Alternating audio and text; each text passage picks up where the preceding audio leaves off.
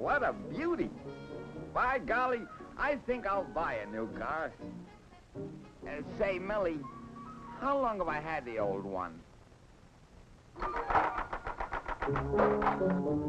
1 year, 8 months, 14 days, 11 minutes, 43 seconds.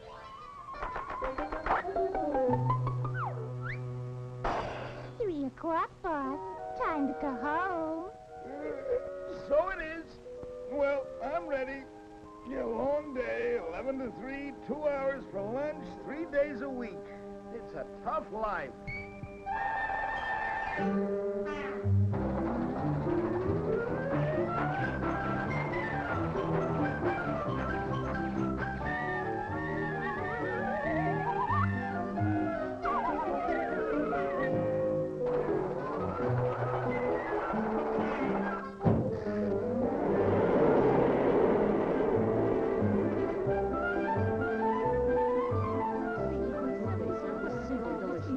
I've never eaten anything so fattening in my entire life.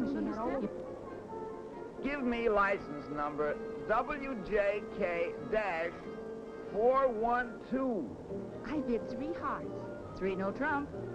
I passed. Do you mind if I pass? Certainly not. Go right ahead. Thanks.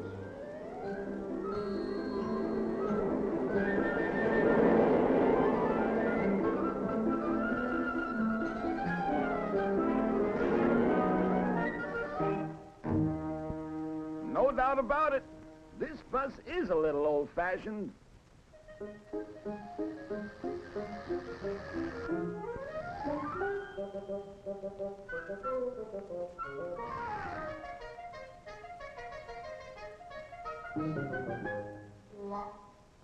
Well, that was delicious.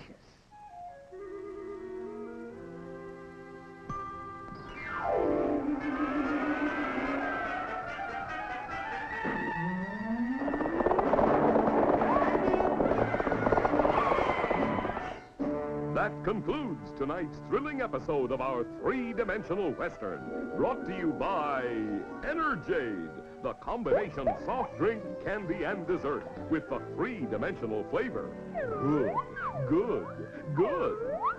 Buy it at your local market. 21st Century Cars presents your personal master of ceremony. Hello, folks. Say that.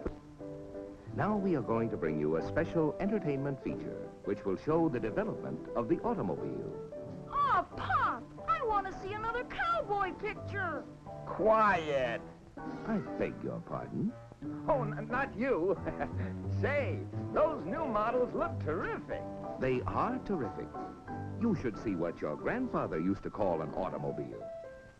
Okay, Sam, start the show. Now, folks, believe it or not, this is actually an automobile. When Grandpa was a 17-year-old hot rodder around the turn of the century, this job was the hottest thing on wheels. Grandpa's newfangled horseless carriage changed his whole life in more ways than one. Motoring was a thrilling experience, even in those days. Since there weren't any doors in Grandpa's dreamboat, sometimes it was a little too thrilling. Every trip was an adventure in those days, and one thing you could always depend on: a flat tire. The old retaining rings on the rims didn't always retain what they were supposed to retain.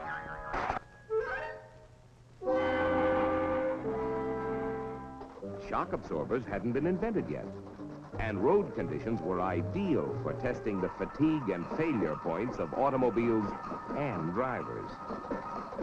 Grandpa's car didn't have much acceleration for passing, so he found himself on the wrong side of the road for longer than he should be. Caught out at night, Grandpa's gas or oil headlamps weren't much competition for a couple of fireflies. The little speedster had no top, and it was far from comfortable in an unexpected shower. The windshield was a great improvement. But without a wiper, even Grandpa's 20/20 vision couldn't keep him out of trouble. The runabout didn't have a self-starter, and often the 10-horsepower engine didn't respond to the hand crank. Occasionally, even on good roads, individual parts failed without warning. Axles snapped. When drag links and steering knuckles failed, it was hard to tell what might happen.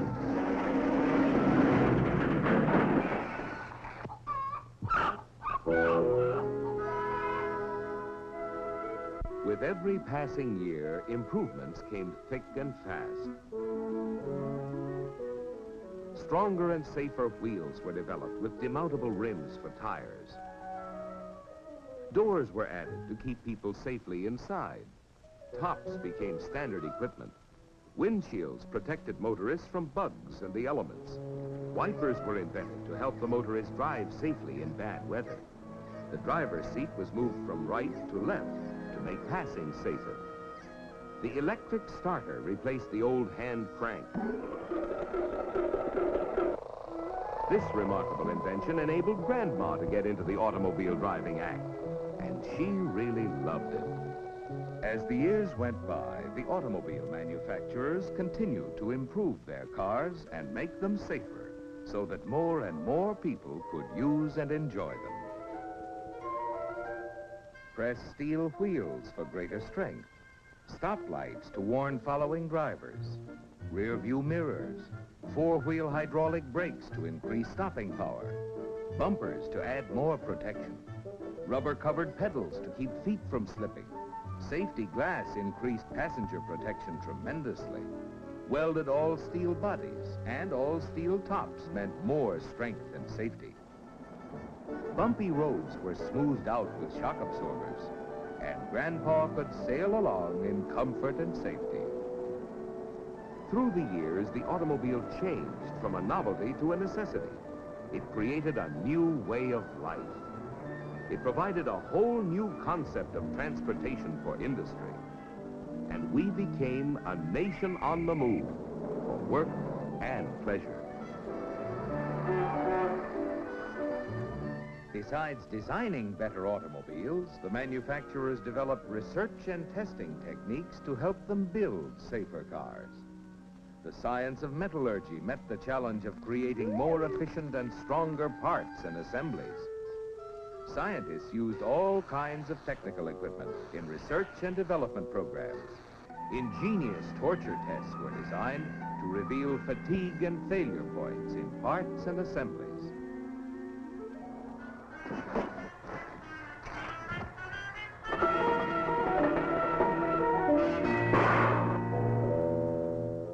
And like the parts and assemblies, the cars themselves were tested under all kinds of driving conditions to make sure that they would operate with maximum efficiency and safety.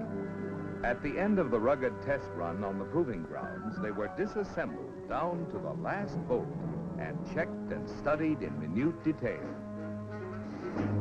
Year after year, manufacturing processes steadily improved to make sure that every automobile that left the factory was in good working order. Each car was subjected to more than 2,000 inspections.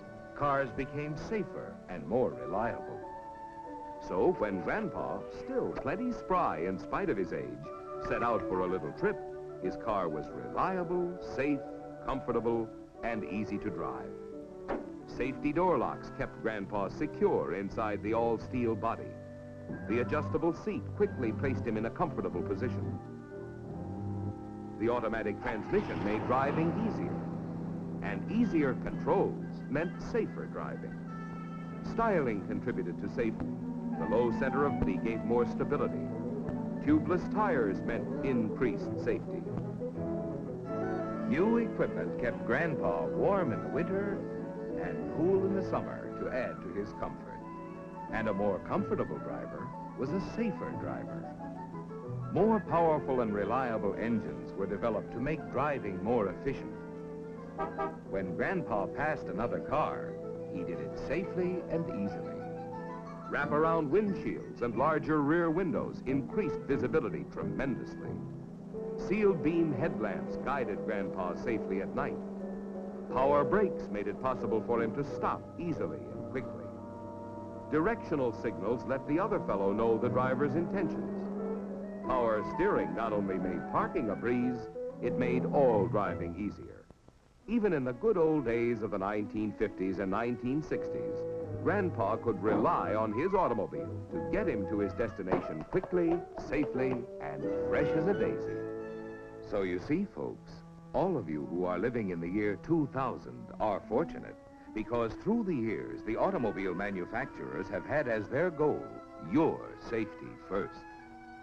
They have constantly improved the quality and safety of automobiles. And they will continue in the future as they have in the past to create cars that are more maneuverable, more responsive, more dependable in every situation, and easier, more pleasant, and safer for all of us to drive, including, of course, Grandpa. That's the ding-dong truth, folks. Look at me going on 117. It's this easy modern living that does it. Well, so long, kids. Gotta go pick up another new model.